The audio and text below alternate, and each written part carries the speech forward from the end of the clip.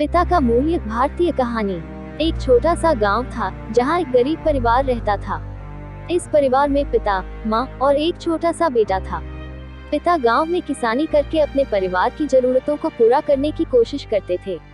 वे बहुत मेहनती और संघर्षशील थे, लेकिन उनकी आर्थिक स्थिति गरीबी के कारण हमेशा दुखद रहती थी। उनका बेटा राहुल एक बहुत ही प्यारा और समझदार बच्चा था। वह अपने माता पिता को खुश देखना चाहता था और उनकी मदद करने का पूरा जुनून रखता था।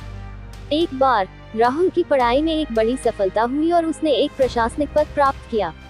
यह सुनकर परिवार में बहुत खुशी हुई और सभी उसे गर्व महसूस करने लगे। लेकिन कुछ समय बाद राहुल को एक दुखद समाचार मिला। उसके पिता को अचानक बीमार हो गया था और उन्हें तुरंत अस्पताल में भर्ती कराना पड़ा। राहुल की वेतन सिर्फ गरीबी को दूर करने के लिए ही काफी थी, इसलिए उसे परिवार के लिए उचित इलाज की सुविधा नहीं थी। राहुल बहुत परेशान हुआ और असहाय महसूस करने लगा। उसे देखकर उसकी माँ भी बहुत दुखी हुई, लेकिन उसके पास भी कोई सहायता नहीं थी।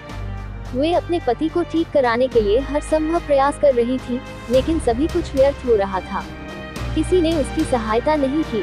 दिन बीतते गए और राहुल के पिता की स्थिति दिन प्रतिदिन बिगड़ती गई। एक दिन बुरी तरह से बदलते हालात में उनका पिता इस संसार से अलविदा कह दिया।